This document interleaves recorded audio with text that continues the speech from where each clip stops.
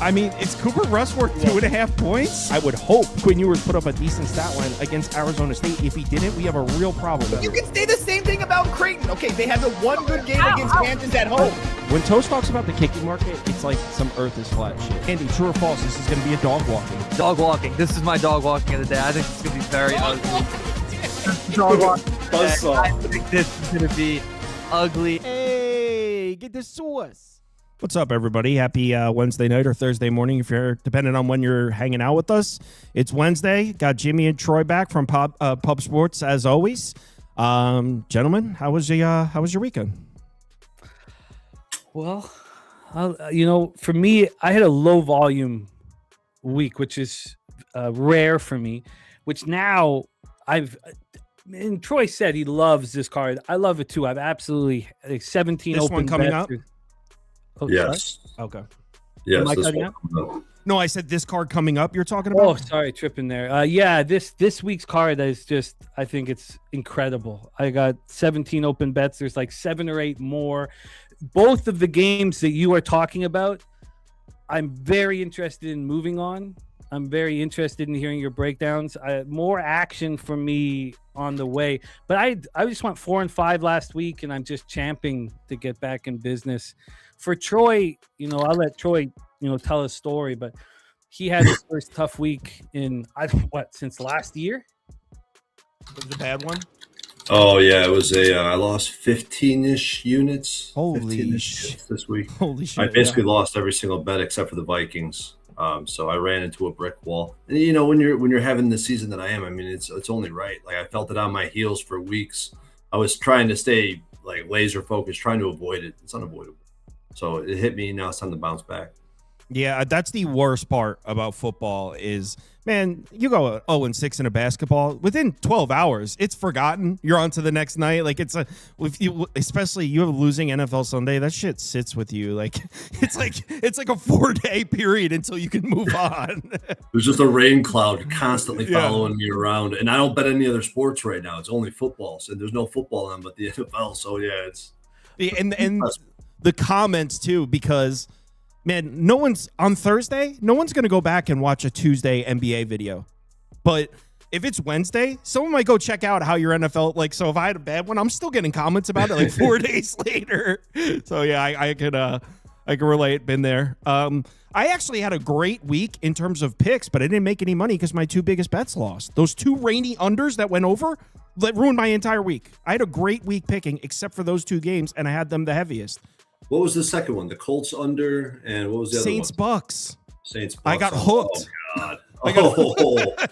Oh, that's painful right there, dude. Yeah, and outside of those 2 games, I think I went 6-1 on the week, or 5-1, or 6. It might have been 6. So outside of that, it was great. But those were my 2 biggest bets by far. So I didn't even make any money despite having a pretty accurate week. But yeah, we're on to. What is this, week 15 already? Week 15. One last thing about what we're talking about is that I'm filled with fear. Filled with it. Follows me around where I go. And the scared money don't make money. I'm so tired of hearing that. Is your life on the line? Is your family's life on the line? Don't talk to me about scared money don't make money. We were talking how we sort of are seeing this NFL card the same this weekend. And does that necessarily mean we'll have a positive ROI or not? That week that Troy had is lurking around every corner of every street that I walk down. Wait to throw a bag over your head and throw you in the back of a white van with no windows. It's just out there. And it's part of what I love. I mean, we love this high. We love the risk. We love the battle. And I'm ready to attack the week 15 card, my man. All right. Well, the way I always look at it is if you have like an excellent bet, if your bet has a 58% chance of winning at kickoff, you've placed a great bet, right? You take a deck of cards, you remove 5 hearts, and a black card's a win. You can still draw a bunch of reds. Even if you placed a great bet, it could still lose. So it can happen at any time. Even if you place great bets, you can go 1-10. It just happens. But yeah, let's week 15, Arizona, Houston. This is Jim's game here. So go ahead and take us away. Well, I love this spot. We have a Houston Texans team that we all know has been struggling offensively. They have a very difficult time putting points on the board, but they are starting to get healthy. You have CJ Stroud with a few games under his belt. Nico Collins back. Woody Marks looks very good. They've also been playing in the most stressful football games the last 3 weeks. Very, very, very difficult, crucial games to turning their season around. The home game against the Bills, 23-19. They go to Indianapolis and win 20-16. They have back-to-back road games. The Colts, who are leading the division, and then they face the Chiefs in Kansas City. So much stress. And now they come home and they face the Cardinals, who are an absolute train wreck. Rams just put 45 points on them.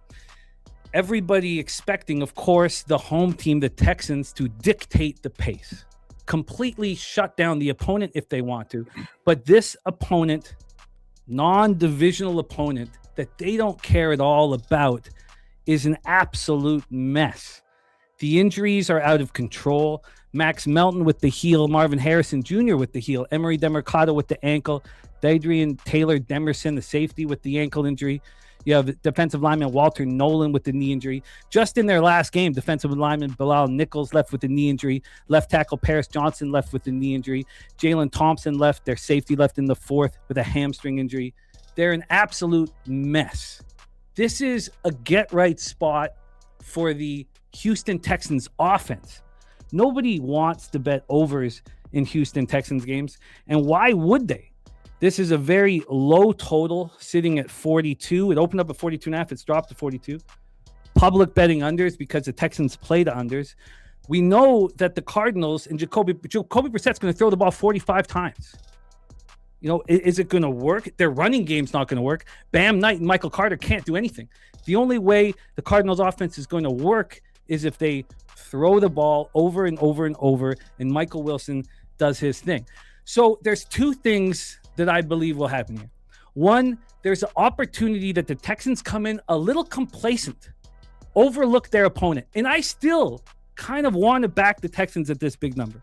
What I do think will happen is this Houston Texans offense will get right. And will their defense be locked in like they've been the last 3 weeks against the Bills, Colts, and Chiefs? My answer is probably not. They're probably going to overlook this weak-ass Cardinals football team. There's going to be some sloppy plays. There's going to be some scoring, and we are going to go over 42. I've not heard anybody wanting the over 42. Why would they? Nobody thinks there's going to be fireworks in this game. This Texans offense can get right. They have the playmakers to get right. This is the perfect defense for them to put up 30 points. The Cardinals can't put up 20, 17, 15. It's the biggest problem here. If the biggest issue with this bet, and I'm on the first half over and the full game over, is that the Texans don't allow the Cardinals to do anything, well, then I can add, if you guys believe that is a real option after this breakdown, that the Cardinals score 7 points in this football game, well, then I can back myself up by taking the Texans to cover or taking the Texans team total over, because the Texans offense gets right here in this non-pressure situation at home against the weakest defense in the NFL right now. That's what I think. Troy, you agree? So we were talking about this yesterday, and you basically covered off at pretty much every point. I think they're going to use this opportunity, the Texans offense, that is, to try to have a breakout game, build confidence after struggling versus good competition, pretty much struggling all season. And I feel like DeMeco Ryans is that type of coach that's going to want to put their foot on someone's throat and do it with an offensive explosion game. Honestly, I look at this 41, 41.5, 42 price range, and I see these games go over, and these are a lot of the sample of this price range with, the spread and the total involved. It's a bunch of great defenses at home against offenses that don't look like they're going to be able to put up enough points. Like, this total seems a little bit high is what I'm saying. And when you really start to look at the sample of this market history, you find, when you really get down to the very finite level of this game, I'm looking at a 9-2 spot to the under with 6 games that went under that landed on 41 or 42. I'm looking at late in the season. I feel like this total market is extremely sharp, and the home teams really do. It does favor the home team, so I would be looking towards the Texans. I would be looking towards the over because I agree with the handicap. Cardinals are going to have to pass to have success. I expect the Texans to want to break out on offense, so we might have a little bit of a letdown for the defense. So that I'd be looking towards the Texans in the over. Yeah, I would agree with Houston. I mean, I wouldn't take the under, so I don't disagree with the over at all. I definitely wouldn't take the under. A couple things I'm a little worried about. Yeah, I completely agree how the Colts have just been in two weird environments. Back-to-back road games against the Colts and the Chiefs, and the offense hasn't looked that good. But this is a completely different situation at home against a defense like the Cardinals. So, yeah, I think everything points towards Houston having a successful offensive game. I can get with that. The Cardinals' defense has been so bad. The pushback would be, we talk about what Houston has just been through. Man, this Cardinals defense, like this schedule, are you crazy? The Rams, the Jags, the 49ers, Seahawks in Seattle, Cowboys in Dallas, Packers, Colts in Indy. Like, this played every single week. They're playing an elite offense, and you could argue, and again, I'm just devil's advocate, you could argue the only time the Cardinals played a bad offense was the Bucs, and it was 2017. So the only time the Cardinals defense actually got a chance to look decent was the Bucs game. Again, I wouldn't take the under. I'm not in love with the idea of CJ Stroud against the Cardinals defense just sitting in too high. I don't overly trust CJ Stroud, and the Texans run game hasn't really been there. And then look, the Cardinals are going to drop back 45 times to pass. 100% agree. But against this defensive line, are they missing, 4 starters on this offensive line now? Both offensive tackles are out. Paris Johnson, Evan Brown might not even play at left guard. It's insane. I can't even mentally picture what the Cardinals are going to do. So I'll put Texans up. But the move was, if you're one of the people that grabbed Houston at -6.5 early in the week, I'm not one of them, but well done, sir. that was the move to get Houston. I'll put Houston up, but I'm not betting at 10. So, yeah, that's where I would go. Do you agree this is the weakest moment of the entire season for the Cardinals? They've completely let go. No one's coming back from the injury report. They're the white towel is out. I mean, yeah, but I kind of would have said that before the Tampa Bay game as well, and that was like, it came down to the wire. They score. I agree. That if it wasn't for that Tampa Bay game, honestly, I think I would be all on board with it. But that Tampa Bay game, it's a bad offense, and the Cardinals went in there and played some solid defense. It's just Texans or nothing for me. Not a game I particularly. Actually, a pretty good correlated point. I'm not going to be betting this game. I won't have money down on this game, but I would, like I said, I would be on those sides. It's just, yeah, that's a good point. I like the Bucs, the Texans, the offensive. And if you look at the other offenses that the Cardinals have seen, it's like, I kind of feel bad for them. Like, it's freaking crazy. This team's just seeing a top 10 offense every single week, it seems like. And they play decent defense against the Jags, too. I'm good. I'm not backing the Cardinals defense in any way. Texans are pass for me. All right. This is my game. This dog walk of the week right here. Pains me to do it. You guys know I'm not a Philly guy, but Philly's about to win by 3 touchdowns. So this is showing Pinnacle's numbers on Odds Logic, which currently says -13 plus 108. They display it like that sometimes. I'm on -10.5. And I think you could still get 11.5, which I'm cool with. Anything below 13 is cool with me.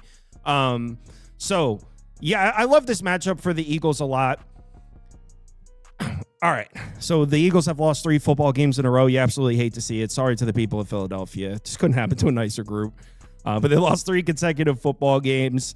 This is the perfect matchup for the Eagles defense. What do we know about the Raiders? Well, they have the worst rushing attack in the NFL, actually by a mile. I don't know if I've ever even seen such an inefficient rushing attack in my life. They're dead last in success rate per rush, dead last in EPA per rush. It seems to be getting worse, by the way. Check this out. In the last 8 football games, this is just wild. In the last 8 football games, the Raiders have failed to get to 75 rushing yards as a team in 8 games in a row.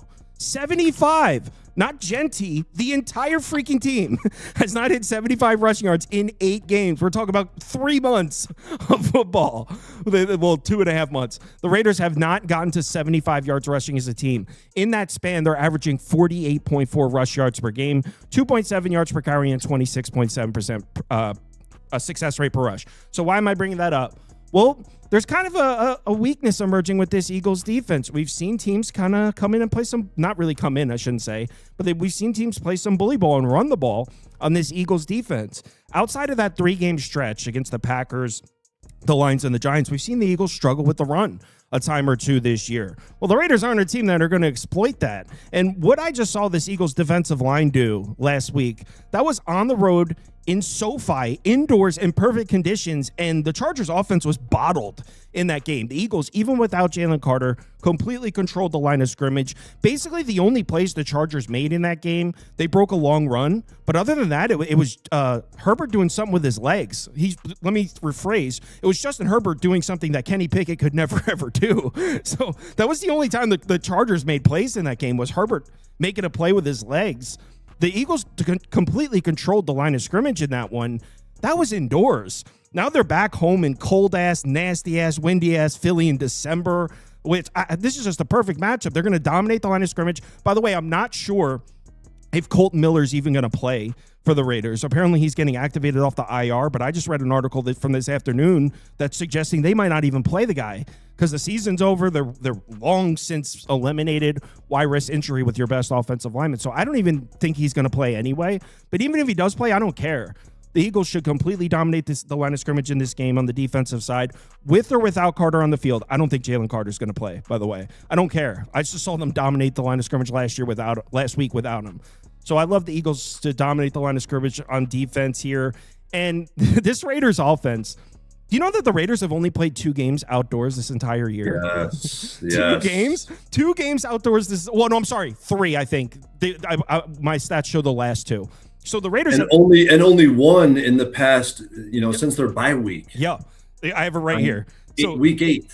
The Raiders have played 4 consecutive games indoors. Their last 2 outdoor games, they scored a combined 7 points. 7 combined in both games. They got shut out in Arrowhead. They scored 7 in Denver. Those are the last 2. What's the weather look like, Jim?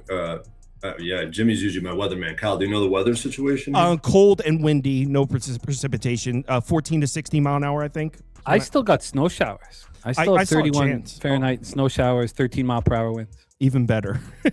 The Raiders, their last 2 times outdoors, they scored a combined 7 points. Success rate under 28% is so beyond hilariously bad.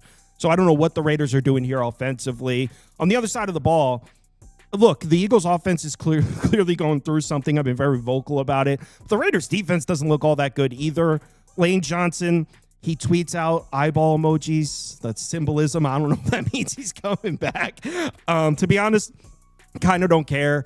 The Eagles turned the ball over a shitload last week. That's not going to make me forget how the Eagles have done a great job protecting the football over the last 2 years. 1 game. They should protect the football in this one. They should completely control the game on defense. It reminds me a lot of the Chiefs game where the Chiefs beat the Raiders 31-0. Defense is just going to dominate the offense. All they have to do is hand the ball off and let the defense win it. So, yeah, I think it's a blowout. Eagles minus 10.5 is what I'm on. I like it. I would be leaning that way as well. I haven't gotten there yet. And if you want to talk about the Eagles offense, it's pretty clear to me what's going on and why the offense is so stale. And it's because I talk about this all the time on Bankroll Blitz. They do no motions and they do no play action. Look at the best offenses in the NFL. You see nothing but motions, nothing but play action on pretty much every single snap. So it's just so stale. They haven't changed it very much. They used a little bit more motion this past week. Not enough play action, not nearly enough play action. The offensive play calling is just god awful. So I feel like it's a fixable issue. They just don't seem to be fixing it. But in this matchup, how could you even make a case for the Raiders? From a matchup, from a market standpoint, from basically any angle, I can't make a case for them. And that's the way I'm looking. I might be able to get there. Jimmy, you agree? I agree. I want to back them after 3 straight losses. I want to back. The difficulty is me not betting a good team off of 3 straight losses. Now you could say maybe they're not a good team. You could also say that the best player on the Raiders this year has been Kyu Blue Kelly. Man, that would be a legitimate. Who's going to argue with that? He's not playing. He has the ruptured patella tendon. So now their cornerback's not there. I like the idea in my head that nobody wants to bet the Eagles. But I got concerned, seeing the breakdown on Odds Logic with 92% of tickets, 94% of the cash on the Eagles. And I can explain that. Well, as much as people don't want to bet the Eagles, there are 0 people on planet Earth that are looking to bet the Raiders this week. 0. So most people just don't want to bet this football game. So I can kind of get to that point.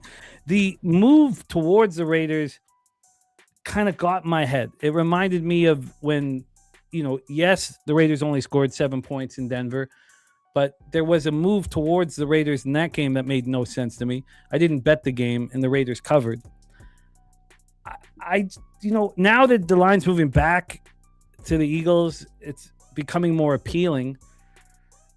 There was the first feeling I had when I looked at this card was, the Eagles are going to take out all of their anger, all of their pent up anger on this Raiders squad, and they're going to absolutely annihilate them. Now they could annihilate them by scoring 24 points only, winning 24-3 or 24-6.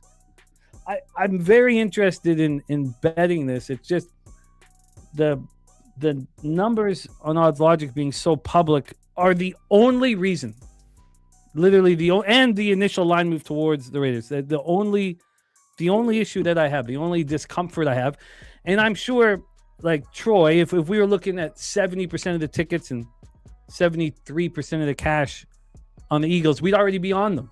Is that fair to say, Troy? Yeah, but I'm kind of seeing that from based on Action.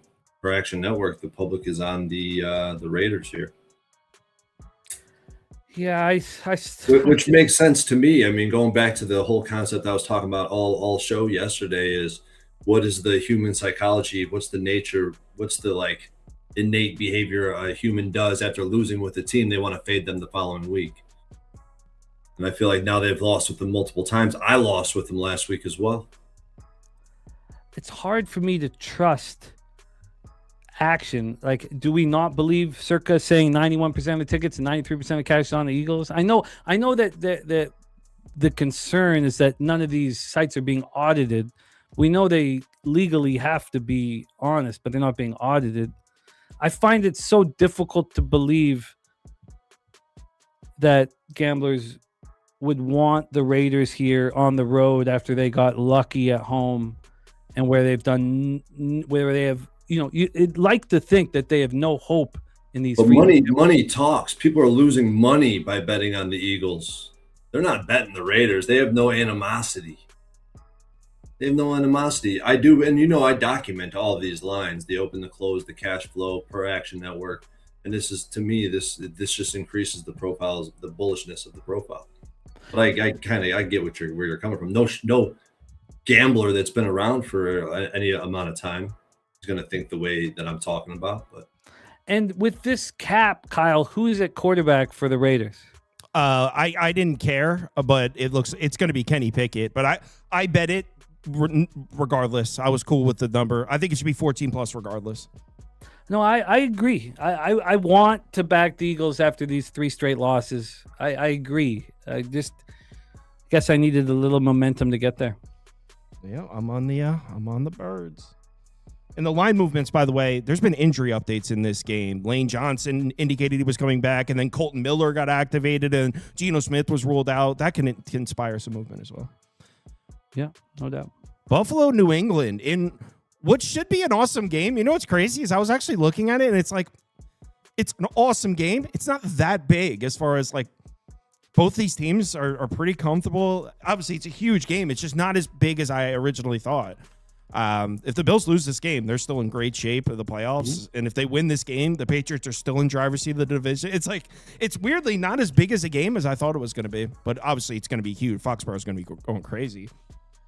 Yeah, we still got a divisional game between number 1 and number 2 with a very close spread. And the big brother has become the little brother this season. I feel like it's going to be up until this Sunday where the Bills take back the even though they're not going to take back the division, they're going to take back the swag after they got it taken from them. In a game that I was heavy on the Patriots, the first game they played this season, I was on the Patriots money line, and I was on the Patriots ATS.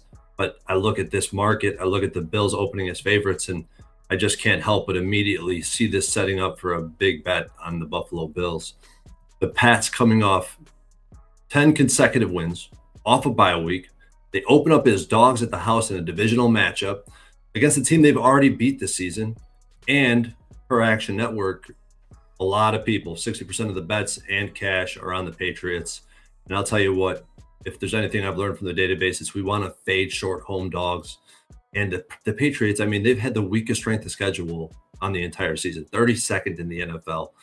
And I feel like the Bills, I mean, looking at the last game, they're just coming off. They had a great defensive performance against the Steelers. Then they came out against the Bengals in a snow on the field. We know it's much harder to play defense, especially in the secondary.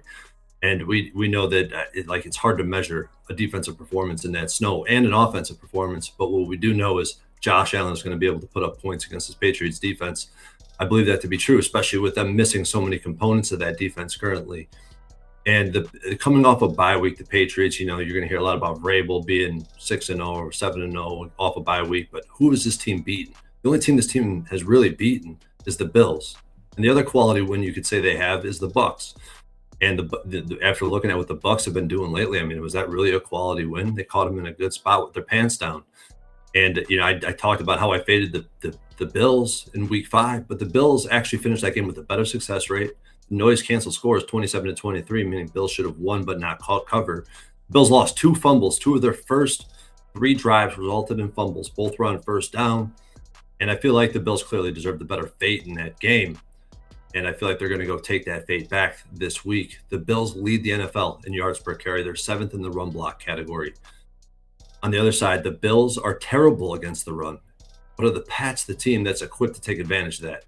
Pats are 27th in yards per carry, 22nd in run block. Against the Giants, the worst run defense in the NFL, they ran for 4 yards per carry. And Cincinnati, another bottom 5 run defense in the NFL, 3.5 yards per carry.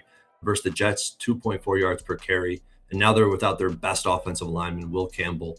But that's going to spell disaster. It's going to put it's going to be easier to play defense because a team's going to be pass heavy. You could defend the box with just 7, and that's going to be a very favorable spot for the Bills defense. So I see a path of least resistance on both offense and defense for the Bills, and the spot just sets up perfectly. I'm on the Bills money line, and I've been adding it to it every single day so far this week. Jimmy, you agree with that? I do. I fear that when it comes to Josh Allen, like a lot of people, I see him through rose-colored glasses. I think the world of him. I think all I want to do is have money on the Bills and it be a close game and the Buffalo have the ball. And in saying that, I don't have futures. I only have one team, AFC futures, bet it beginning of the year in the Ravens, and it looks terrible. And I'm very interested in moving on the Bills before this game goes down. One thing that you'll hear first off, Will Campbell being hurt is also Drake May's best friend. I don't know how much that will play into this, but you'll hear a lot of people talk about, the Patriots run defense. They didn't allow any running back to go over 50 yards for the first 9 weeks. It's the best run defense in the league. And statistically, their rush defense is ranked 20th. And when you dive deeper into this, and that the Bills wide receiving crew is an issue. They don't have enough talent in the wide receiving crew. In the last 4 games, New England's run defense is last in success rate. They've allowed 1.3 yards more per carry than they did in their first 9 games. The red zone struggles are enormous. They rank 25th in touchdown percentage against in the red zone, 26th in success rate, 27th in EPA per play. That's their offense. Defensively, they're dead last in the red zone, allowing 73% of the time scores. They're 30th in success rate, 31st in EPA per play. And the crazy stat that I was talking with Troy about on Tuesday night was the New England Patriots have not stopped one team all year with goal to go. Every single team that is being first and goal against the New England Patriots has scored a touchdown every single time they've had that opportunity. So what we are dealing with is a record that really doesn't fit the football team that's in front of them. Now, they are coming off a bye week. They have a lot of character. They have a great coach. They all believe in each other. And that stuff can change what we're looking at from a statistical profile. But the statistical profile tells me that they're going to lose on Sunday. And so I am also on the Buffalo Bills. Yeah, okay, so I don't disagree. Also, the revenge factor, McDermott doesn't play around with this shit. 8-0 against teams that beat them previously in the same season. The Buffalo Bills are since 2021. They don't play around with this revenge shit. They usually get it done. And yeah, what you were saying about the Patriots run defense, absolutely. We regarded them to be a top 5, top 10 run defense. Well, they've gotten run on in 4 straight games. So this run defense, maybe it's Milton. Wow, why can't I think of his name on the defensive line? Milton. What the hell's his last name? Milton what? Milton Williams. Milton Williams. So maybe it's Milton Williams getting injured. Tonga's back, but he only missed 1 game. So these struggles against the run started coming before he got hurt. So yeah, the Patriots run defense has fallen off. And by the way, we know the Patriots beat the Bills earlier in the season. It by no means was that because they were stopping Buffalo's offense. The Bills averaged 6.2 yards per play with a 55% success rate in that game. They were moving the ball no problem. Story of that game was 3 turnovers to 1. That's why the Patriots won that game. So yeah, Buffalo's going to move the ball. Can't disagree with any of that. And look, the Patriots defense against the pass has come around, but I got to ask you, and I'm just going to leave this graphic up on the screen for a second. Look at this number. The Patriots pass defense have come around. Who's the best quarterback the Patriots have seen in the last 2 months? They're rookies, mostly rookies, right? I mean, is it Baker? Is that Baker? He's been terrible. Cam Ward has been better than Baker in the last 2 months. So who's the best Flacco? Who's the best quarterback they've seen? Dart, maybe? They haven't seen like a single decent quarterback. So yeah, the Patriots pass defense has come around, but they haven't seen a single decent quarterback. They've played the easiest schedule in the NFL. I agree with all of it. The Bills are going to move the ball. Patriots offense isn't equipped to exploit where the Bills are weakest, which is against the run. I agree with every single word. What I'm a little concerned about is it seems like the market's on top of it. Just remove the logos and the players' names from the back of the jerseys. You got the team with the best record in the NFL at home, coming off a bye against a team they went on the road to beat. What's the number there? Take away the logos, -3.5, -4. Just take away the logos. It seems like the market has already accounted for everything we're saying. How it's a good matchup for the Bills and the Patriots aren't as good as the Rams. Like it seems the market is on top of it by making the Bills a favored here. It seems like the market is already on top of what I'm saying, which is I like the matchup for the Bills. I think they should be favored in the game, but I don't think I can place a bet because I think it's on top of. If this was Patriots -3, no hesitation, I'd be smashing it with you. But it seems like the market has already accounted for the matchup advantage for the Bills. So, man, if I seen Patriots -3, I'd be on the Patriots. well, yeah, I get it. But if this line was reflective of the team's records and production so far this year, and the Patriots are 3-point favorites, like a team, the best record in the NFL, coming off a bye. I'll put an over up because I think the Bills are going to score on every drive. It might be slow and methodical. I think the Bills are going to score on every drive, and New England, they're going to be throwing the ball, and it's Drake May playing from behind most likely. They're going to be throwing the ball, so I think we'll see points. I originally was leaning under in this game too. I've since switched over. It's a really tough game. I would love to be on the Bills, but at -1, I can't. I can't do it. It's crazy. It's up significantly, didn't it? It was, yeah. It was at 50.5. You can get a flat 49 now. I hear what you're saying. With your ability, the sport intrinsically, your ability to bet the look aheads will give you, at times, an advantage. The books know what's going on as they should. We're not dealing with a local putting out lines. We're dealing with the toughest enemy possible. And yes, I mean, the fact that they have the Bills at -1, I understand what you're saying, but when are we going to get an advantage over the books in week 15 of the NFL season when the statistical profiles are so set in their tracks? The lines are getting sharper. The fact that they have the Bills at -1 to me is a green light. But I understand what you're saying. We don't get an advantage. The Patriots off of a bye, Patriots, leading the AFC. There's no advantage for us. I just think when it comes down to this late in the season, the Bills will win this football game. But I hear what you're saying. Those advantages that you're talking about, which I do see you get on the look-ahead lines, those are advantages that you'll get in weeks 3 till 7. Do you think you're going to get them week 15, 16, 17? I've got a few this week. But this is the way I look at it. So Bills, Patriots, what number makes the win probability 50% on both sides? And I think it's 1.5. I think Buffalo -1.5 gives me a 50% probability on both sides. In order for me to place Buffalo -1.5, I would need to say this should be 3. And I think Buffalo -3 would be extreme here. That's the way I look at it, because I need to place a bet feeling this has a 53% chance or more of hitting. That's fair. But I do think the Bills should be favored. I wouldn't. It would be Buffalo before New England. I'll tell you that. But yeah, I can't. I feel like the edge would have been to get Buffalo +2.5 and then have it get bet across, and then it's like, okay, I'm sitting with a nice win probability. But they were. It seems like they were on top of this one. But I mean, it's a 1-point line, and you guys got the money line, so I do think the Bills win the game. Green Bay, Denver. All right, Troy. Troy switched to this game. What was your original one? Minnesota, Dallas. Minnesota, Dallas. Okay. Which I agreed with you on that one, by the way. Yeah, I want it to be. Yeah, I would love to talk about that game. And only thing is, the reason I had to flip it is because we don't see a closing line in that market yet.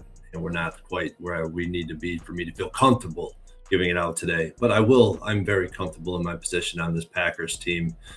I love the Packers for a lot of the same reasons I love the Bills. We're getting a faded team that has won 10 games in a row. I mean, that's my 2 games. I'm coming in here and I'm fading both the teams off 10 straight wins. I feel like the Broncos resume, just like we've talked about with, and now it's not quite as easy as with the Patriots, it seems, but it's right there. It's 5th easiest in the NFL. The Raiders, the Commanders, who they beat by 1 in overtime. Mariota exposed their defense. The Chiefs by 3. Noise adjusted score was a loss. Raiders by 3. They should have lost that game. The Texans by 3. Stroud gets injured. They smacked the Cowboys, and I was on them in that game. Public was all over Cowboys off a primetime win. You could just keep going down the list. You could just poke holes in almost every single game they've played. It was against inferior competition. And even the likes of their wins against the Eagles now get downgraded after what we've seen from this Eagles team since that game has happened. And how about the Chiefs, right? Same deal, right? The Chiefs just continue to downgrade. Those wins are being downgraded. It just makes me more bullish on the to get to fade them. I look at Bo Nix. I see his pass ratings 28th in the NFL. I talk about how this guy is in his sophomore slump. Like Stroud, like Daniels, like this man himself, Bo Nix is in his sophomore slump. Yards per attempt is 6.3, which is 32nd in the NFL. This is not a quarterback who will not win you football games, although you could win with him. And he's got a great offensive line, but he lacks talent at the skill position. It's clear as day. And the Broncos offense has really only seen 2 defenses of the Packers caliber, and it's the Texans and it's the Eagles. And those are 2 good examples because they play a similar style of defense with 2 high safeties. And the Eagles were missing a few starters in that game as well. And they scored 18 and 21 respectively, 4.4 yards per play and 5 yards per play.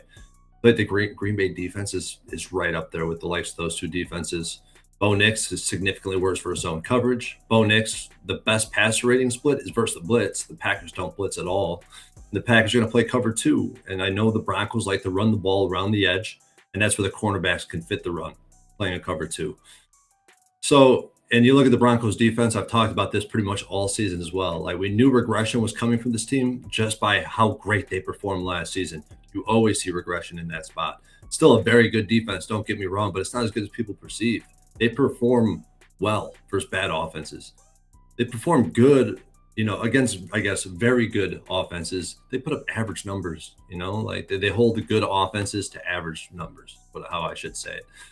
And this Broncos team, the fact of the matter is they need to blitz to apply pressure. Versus Las Vegas, they blitzed 46% of the time and they got 46% pressure rate. Versus Washington, they blitzed 32% of the time.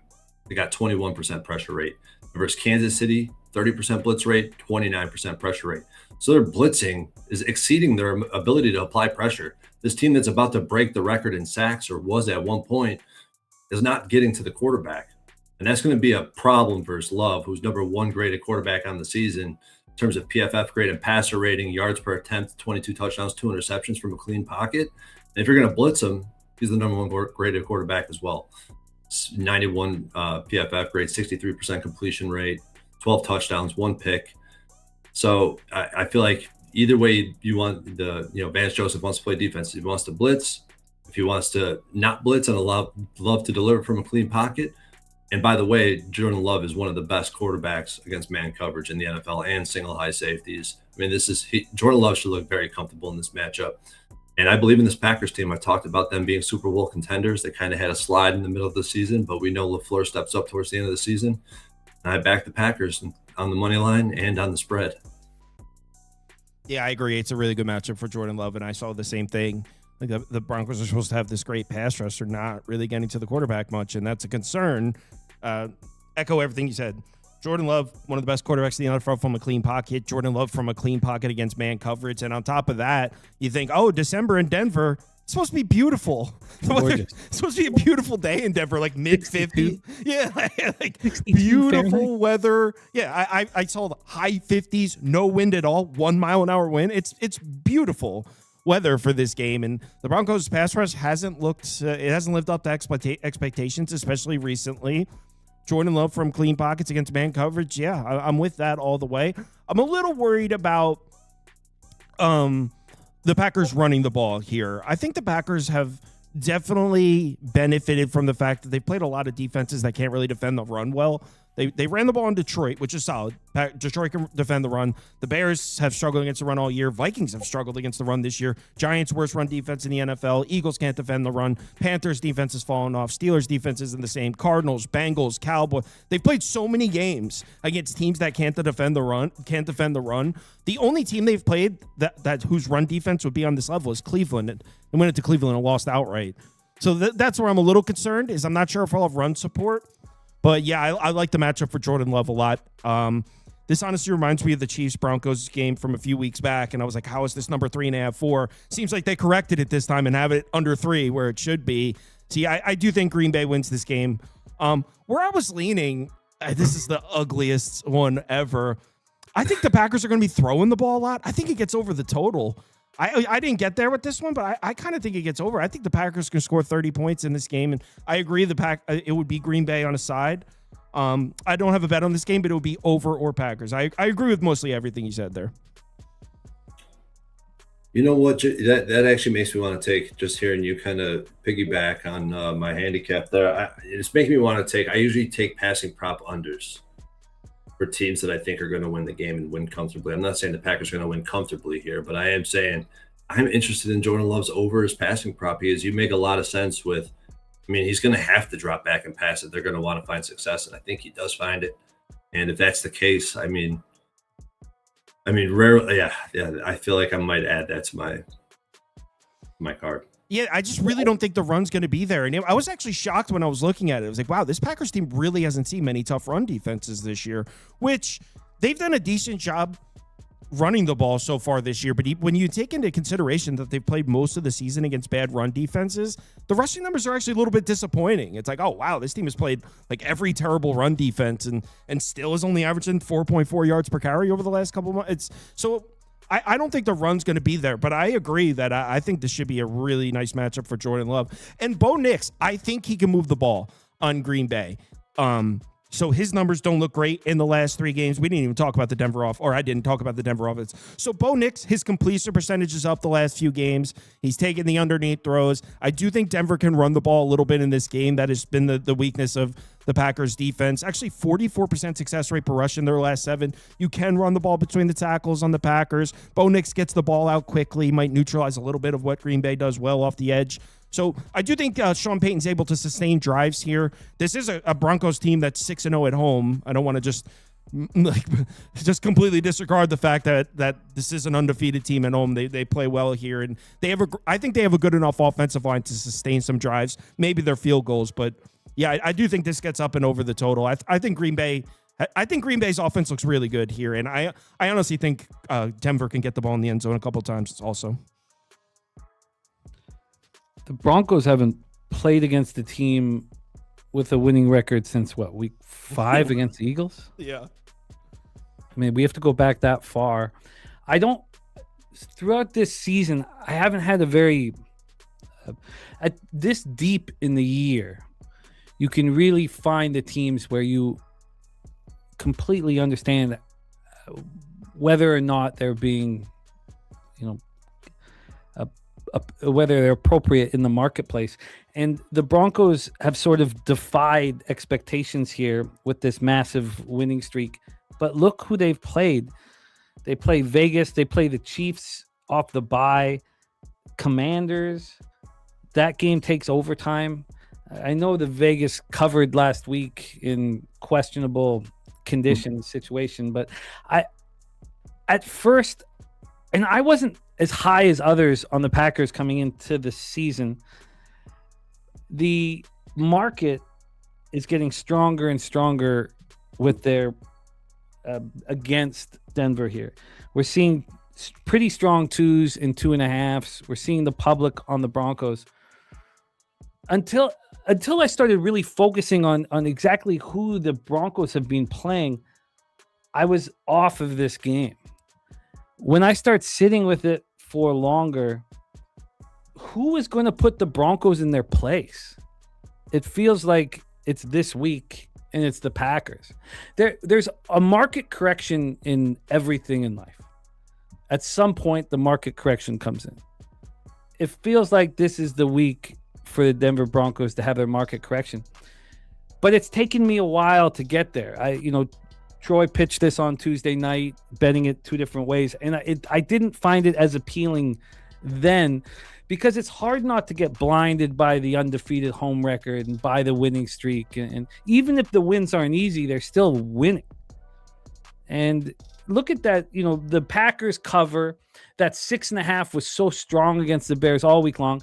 The Packers cover, the Bears were at the 11-yard line, to tie that game up or go for 2 and win it. I haven't, that win in Detroit by the Packers was very impressive. They lose at home to the Eagles 10-7. They go into the New York Giants to go to East Rutherford and barely get through them.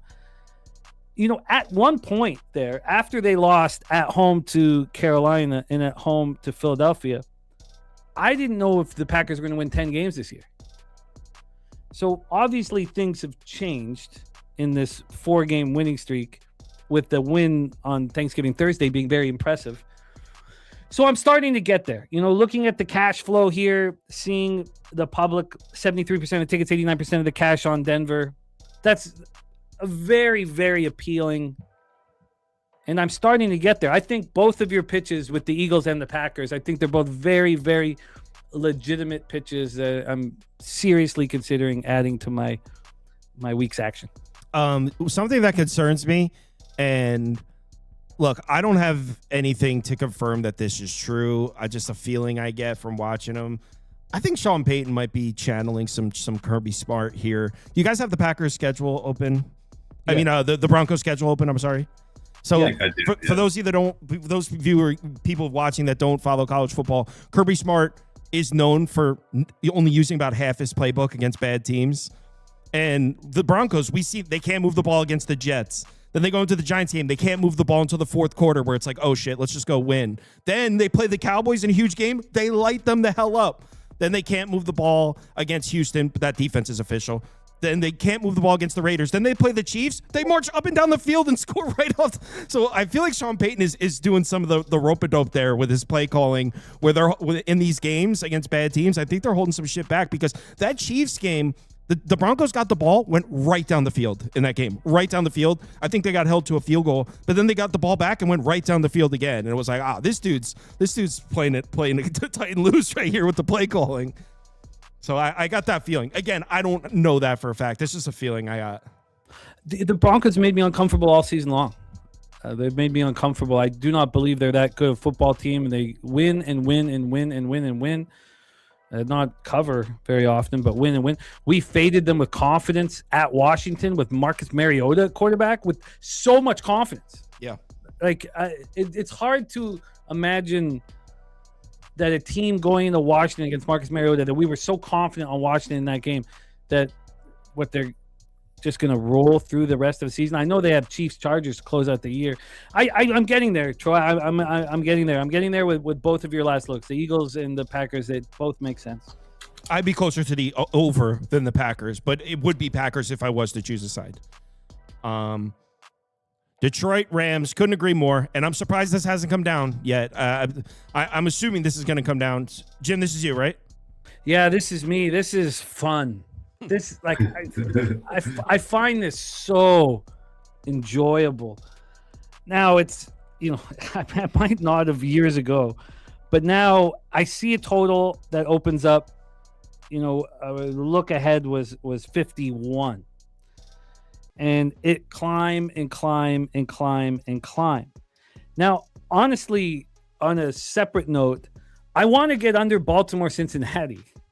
I couldn't press the button. I tried so hard to press the button. I was like, okay, let's just wait and see what happens with that total, because they're, maybe the fact that they're just sitting at that 51.5 is telling the story. But here, this total skyrockets. The look ahead is 51. It reemerges Sunday night at 52. It takes less than an hour to hit to 53. An hour after that, we have 53.5.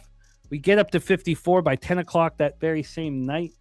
We hit 55 on Monday, and then it stops. But that is just a monstrous move. The Lions come in off extra rest and prep. They scored 44 points the last time we saw them. The Rams come in off scoring 45 points. We're talking 89 points between these two teams the last time we saw. But what have we been talking about with the Detroit Lions all year? It's we have a vividness bias that won't go away, that their offense is spectacular. The passing offense is ranked 12th. The rushing offense ranked 13th. The third down offense ranked 18th. This team has a better defense than they do in offense. The LA Rams have the number 1 ranked pass defense and the number 1 ranked rush defense, the number 2 ranked red zone defense in the NFL. So we're looking at two teams here with a total of 55, where both teams, their defense is better than their offense. But if you close your eyes, if you think about these two football teams, all you think about are touchdowns and offense and action. What happened now I know this is different because it's a divisional game, so it's not, the proper comparison. But what happened when the Rams played the Seahawks?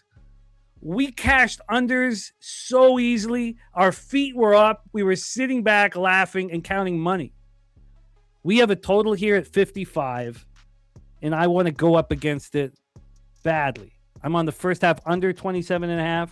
I'm on the full game under 55. I got it with pretty low vig at minus 106. We're sitting here with 86% of the tickets and 75% of cash on the over. I know some books have moved it up to 55.5. I don't care. I also know, of course, that the Rams have the Seahawks on deck on Thursday Night Football. How does that, how do you put that into this cap? Do you think they hold back some offensive plays? I don't think that they do. It's obviously an important spot. I think the look-ahead spot might affect the Seahawks. Of course, they're going up against what we assume is Phillip Rivers. Hard to say that without laughing. But here, I think the Rams defense is spectacular. I think the Lions defense is better than their offense. And I don't care that when we close our eyes, these two teams are scoring touchdowns after touchdown. The vividness bias is thick. This is probably my favorite. Maybe it's not my favorite bet because obviously when you have a total at 55, this could go to 70 or 80 and blow up in your face. But this is the bet I'm most excited about watching. This is the bet I'm most excited about seeing how it plays out. First half under 27.5. I love getting over the 27. The drives are going to be so long. We know what McVay and Stafford want to do. They want 8 to 10-minute drives. Both teams want them. I know it's a fast track at SoFi. First half under, full game under for me. Yeah, completely agree. And I'm a little worried that I think the Rams can connect on some big plays. I think that's how I could potentially lose this one. But I'm on the under too. I bet this. I'm on 55.5. You can still get it on DraftKings right now. They had it right the first time. I don't know why they bet it up. I don't know who did that. But yeah, 55.5 for what we've seen what this Lions team does on the road. We've seen it in these big games. They run the ball. They chew that clock. And you already know coming into this game what Dan Campbell wants to do. By the way, I think their offensive line should be healthier. They got the one guy back from IR. He's not going to play though. What's his name? Damn it. They got their starting left guard is back from IR. He's not going to play, but Awasika, I think, is healthy. Taylor Decker's good, so the offensive line's in better shape. I think the Lions can run the ball a little bit in this game, enough to actually help an under. Run the ball, move the chains a couple times, play some field position.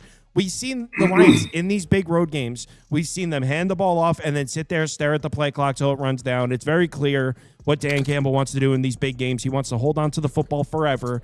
And I think he's able to have some success with it here against the Rams. I think Dan Campbell thinks the Rams defense is soft. I think they're going to run the ball and then choose some clock. And yeah, I'm a little worried about the Lions man coverage against Stafford in SoFi. I'm a little worried that we could see some huge plays there, but if the Lions defense keeps everything in front of them, yeah, 55.5 is a huge number, especially when one of the teams is actively going to be trying to kill the clock. So I agree. I'm on the under. I don't know what to do with this game. So I look at this. We'll look at this market because we're looking at a massive total, and we're starting to get a bigger sample of these totals that are pretty high, and they have been going over a little bit recently. But I look, and there's actually a very similar market environment that the Rams just played in. It was at home against the Tampa Bay Bucks. It was 34-7. The Rams didn't score any points in the second half, and they weren't pushed by the Bucks, so that's why it stayed under the total. It looked like it was going to go flying over the total, but Teddy Bridgewater came in. They didn't need to do anything, and if that's going to be the case, this game is going to go flying under. Even if you see a good performance from the Lions, I mean, it's really hard to imagine that we get over this total. It just seems so egregiously high that it's hard to go against it. And so I don't know. My question is anybody going to play big nickel against this Lions team and try to defend the run? Because nobody could guard Jahmyr Gibbs out of the backfield. Not one linebacker in the NFL, maybe one. But yeah, this game is really tough for me. The Rams have the Seahawks on deck. That kind of contaminates this entire handicap because I just feel like I'm not in the right spot. So yeah, I'm passing on this game. All right, Jim's menu. I'm with you on it. Next one up. Okay, this is my game. So I'm a little worried. Normally, when I think a number is way off, when I say way off, I have it 4 points off. Normally, when I think a number is way off and I hit it, when I look 2 days later, it's where it should be, and that's where everything's going to plan. This one's still sitting at the same spot, and I don't understand why. Normally, I don't get shocked. I usually hit these early, so I don't get shocked if I see something off because I'm hitting it and I'm expecting it to move. This hasn't moved yet. I'm not like panicking or anything. I'm confused as to why this is still 44.5. For those of you listening, Titans 49ers we're talking about, and I'm on over 44.5. I don't really understand how this is only 44.5. Tennessee going into San Francisco here. The 49ers offense coming off a bye. The 49ers might score 40 by themselves in this game. Are we going to let one nasty weather game in Cleveland? I'm talking about San Francisco now. their one nasty weather game in Cleveland distract us from the fact that the 49ers were averaging over 30 points per game in their previous 4, 6 yards per play, over 54% success rate. This 49ers offense looked all the way back before that nasty weather game in Cleveland. It seems like the market has forgotten that the 49ers offense seemed to be all the way back. And then they went into Cleveland in nasty weather. They won comfortably. The offense didn't look good, but what offense in the NFL is going to look good in wet, cold-ass rain in Cleveland? No, there's not a single offense that's going to look good there.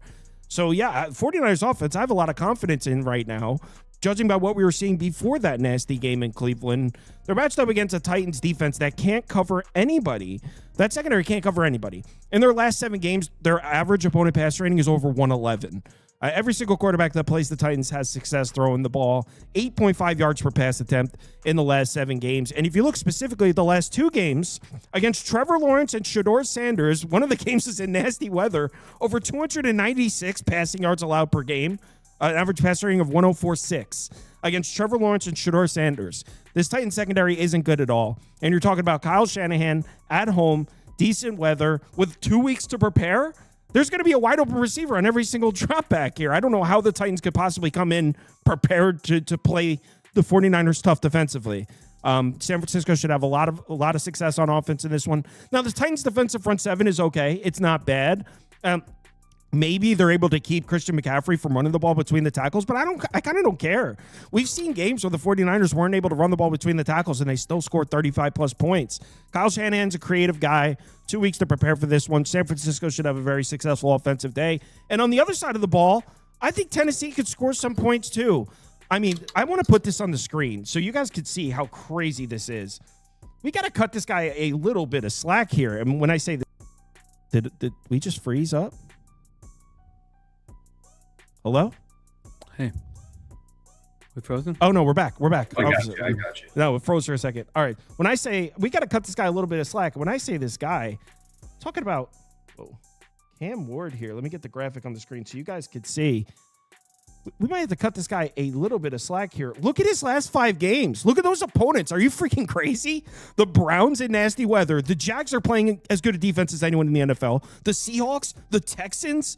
He's played 4 games in a row against top 5 defenses. And even before that was the Chargers, who are playing some good defense themselves.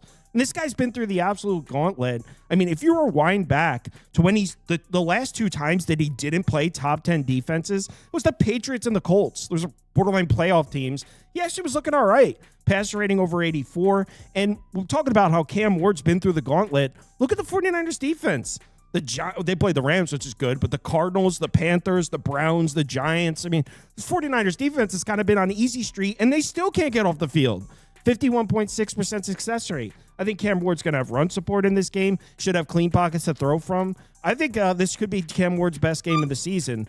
I wouldn't touch Tennessee to cover because I think 49ers will score in every. But yeah, I don't know how this is at 44.5. I think the 49ers realistically could score 35 plus by themselves here. So yeah, I think this. I would make this game 48.5. I'm surprised it hasn't come up. You know, I've made 280 bets so far this season, and I've made 1 double-digit favorite. 1 out of 280. And this is number 2 with the 49ers, minus 12.5.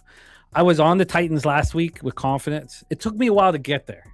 So with confidence, maybe isn't the right term, because it took me a while to get there just to see the market taking the Browns. The Browns have been bet a lot. You know, for years, the Browns have seemed like the sharp play. And I backed them a lot this year, and seeing it go down to 3.5, I backed the Titans.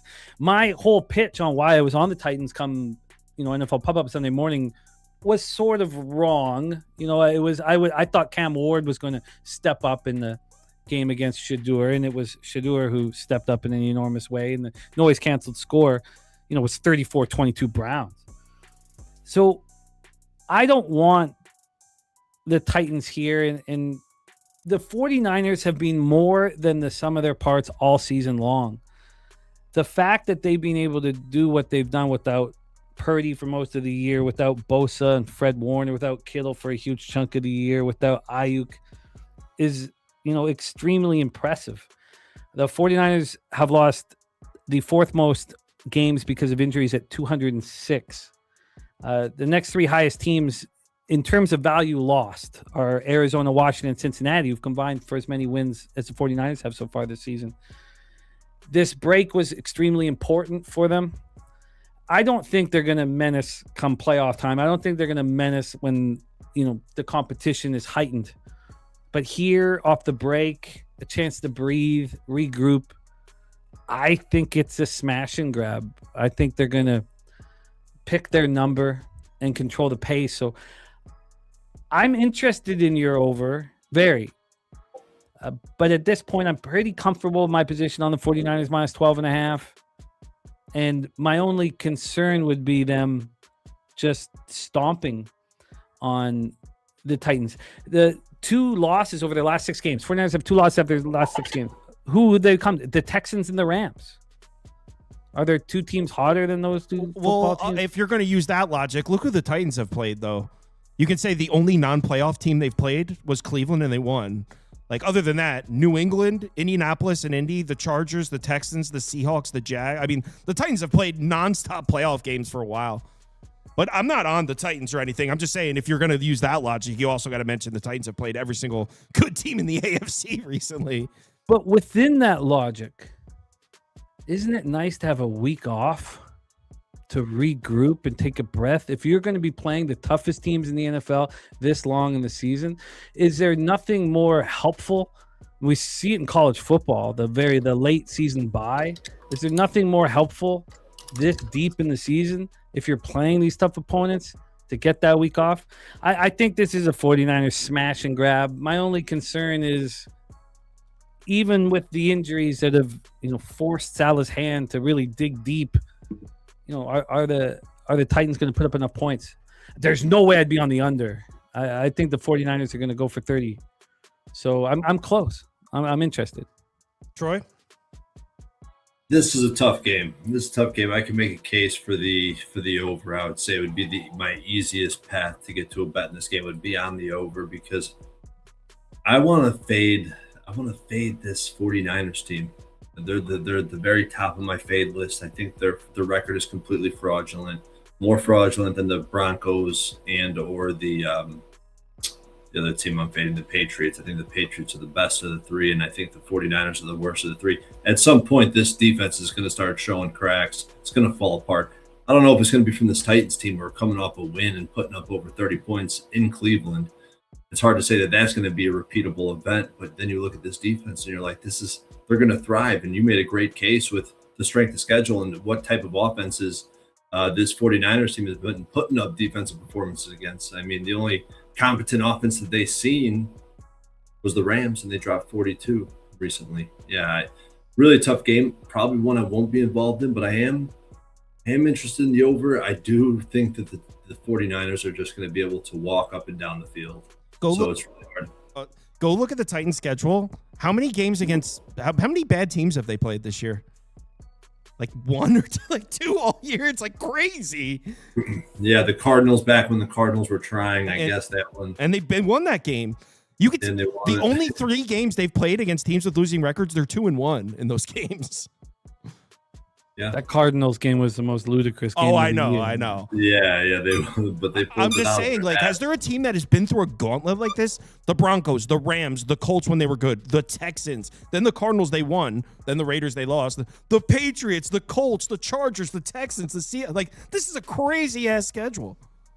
Probably the only team I can think of is the Chiefs. Then the Chiefs have a schedule. We do know the Titans are excited to come into the facility. Mike McCoy gets his first win. They're feeling good about themselves. The 49ers have been just more than the sum of their parts all year long. Every time we think they're going to fall off with these massive injuries, they step up. I think they needed the break. It's amazing. It's like the fact that this team is, heavily in this NFC race is wild, and I think they take care of business. I think I'm more comfortable with the 12.5, but interested in the over. All right, gentlemen, where can the fine people find your stuff? We're at Pop Sports Radio on Tuesdays, 8 p.m. Eastern, Bankroll Blitz. Troy Torrance is just been destroying all year long, and we're just riding shotgun. And you know, Kyle, what it's like come off of a week where you get slapped in the face. Now it's adversity. Now it's character. Now do you dig in and fight back? And I'm excited to see what Troy does. We have Thursday night and Sunday night and Monday night live streams. Troy and I open up all of those live streams and we live bet away. And we are really thankful and loving being here on the Sauce Network with you guys. So everybody in the chat, thank you for supporting the Sauce Network. Let's get this cash. And Kyle, thank you so much for having us, man. Yep. And Kyle, appreciate you, man. Yeah, for sure. Appreciate you guys coming on. I typed in the chat, Pub Sports Radio, spelled just like that. And the show, if you're looking for these two guys going through the NFL slate, it's called Bankroll Blitz. It's on that channel. That's the one where they go through the whole slate. They do all kinds of stuff over there. But if you're looking for the one where these two guys go through, it's called Bankroll Blitz. It's the name of the show. All right. Guys, have a good night. I'm sending an invite to Toast to talk one college basketball game and we're out. Small slate. All right. Send the invite. Toast, if you're listening, it's in your email. All right.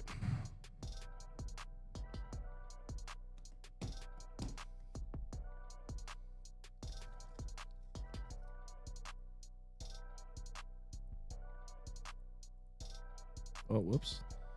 Set up the screen for two people here. Yeah, don't you guys agree that 44.5 is crazy low in that one? I swear I thought that was going to close 48. When I placed that over at 44.5, I thought it was a smash. I was like, this is closing 48. Oh, I hear Toast in my headphones, so I think he made it. Yes, I need more snare. All right. Toast coming on to talk about one basketball game. I'm surprised you didn't slap the IU Indy game on there though. Well, honestly, I assumed that Trevor was going to talk about it because they're playing Green Bay, and then it turned out it'd be in a short. You guys doing football first, and then he didn't do it, and then I didn't want to just add it, but yeah, we can wrap it. Yeah, no, I mean this will be quick. So you want to explain to me why this is 12? I thought Iowa was awesome. Iowa State is awesomer. I mean, they have been extremely, extremely good. Better than I thought they would be. Even losing Lipsy, who's probably one of their best players, I would assume. I personally think, though, that he's their senior guard. Even losing him for a couple games, they continue to push through and win games. And then, obviously, the Mona Lisa of them all is going on the road to Purdue and Mackey in that early start and just absolutely obliterating them. But, man, I would be lying to you guys. And I've had some – I know a lot of people make fun of me for only playing dogs. I've had a lot of success over the last week or so, and I really want to take the points here with Iowa. You can get a 12.5 out there. I'm not – this has nothing to do with Iowa State heat or Iowa State hate or anything like that. I just feel like – sooner or later, the bubble is going to burst. I don't think you're going to be able to win games by margin like that. Now, Trevor said that about Michigan the other night. Obviously, didn't look smart doing that. So hopefully that doesn't happen to me here because it very possibly can. But I do feel like there's a couple things that it's positive for us, especially when we're betting Iowa. One, they play a style of basketball that's not conducive to a lot of teams like Iowa State, who likes to push the pace. Iowa State's going to walk the ball up and down the floor, essentially. So that can work with us or against us, but I do think that it's a positive when you have an Iowa's team that's already been on the road to a team like Michigan State. I mean, played in that environment. Obviously, they lost that game by 19. I'm not trying to make a case like they played well or anything like that, but I do think this is a very similar environment, and I do think that having a game under your belt on the road definitely helps. On top of the fact they have a guy like Bennett Sturts, who's one of the best offensive players in the country, and as long as he's not ice cold, I think we have a chance in this game. It's nothing against Iowa State. Like I said, it's nothing against Iowa State. They've been absolutely fantastic. But, I mean, I don't know if the shooting numbers offensively can last the way that they have been. Shot quality has them 5th in the country as far as regression goes, is negative wise. And I was like 103rd or something like that, 103 or something like that. So nothing crazy there. But again, defensively, Iowa State, you're always going to, hands down, they're always going to be good. It's just the offense, I think, that's going to be kind of up and down. Again, it's been fantastic this year. I don't know if it runs at this level the whole time. And I do think that Iowa slowing this game down and kind of limiting the possessions is going to help that. So Iowa also matches up them size wise a lot. I just feel like this is not as an easy game as some people are making it out to be. Again, I'm well aware of how well Iowa State has played so far. I'm not trying to make anything take anything away from that, but they also, to win by margin, you got to do a lot of things positive. They don't defensive rebound that well. They don't get to the free throw line a lot. They don't take a lot of threes. So there's just a lot of things for me have to go right for Iowa State to clear this number against an Iowa team that, like I said, has a guy in Bennett Sturts that can score and they can slow the game down. So I do think, again, it's in Ames. I haven't bet this yet. Trevor has bet this. He likes it, but I want to see what the number is. If I can get hopefully like 13 and a half, because I wouldn't be surprised if this number continues to go up. But yeah, I don't understand how this is 12 and a half. Okay, Iowa State's good. That athletic department just lost a hero of a leader in there, and this is a rivalry game. These teams do not like each other. How is this double digits? Iowa's looked strong. I know they lost like an ugly game, but I don't know. I haven't followed it closely enough. And I didn't watch any of the game today. I wish Stevie Jones was here. Wisconsin got routed. He did. I have a statement from TV Jones. Yes, please read a statement, bro. This is straight from TV Jones, I swear. Yes, I need to hear this. Quote, "We suck. They put me to sleep. Literally, Pinnacle Bank Arena was on fire. We walked into a buzzsaw. Even losing by 30, we didn't have the worst day of any Big Ten program, at least. Oh, yeah, and Iowa plus 12 and a half." Wow, there you have it. Words from TV Jones. I saw some funny comments. Somebody tagged me in a tweet and was like, talking shit to tag me in the tweet. And then someone in the comments goes, "Trevor gets muted for the next Wisconsin matchup. So I was mute his Wisconsin bullshit." That's awesome. I wish he was here to talk about the Wisconsin game. Oh, that was good times. All right, everyone, have a good night. Yeah.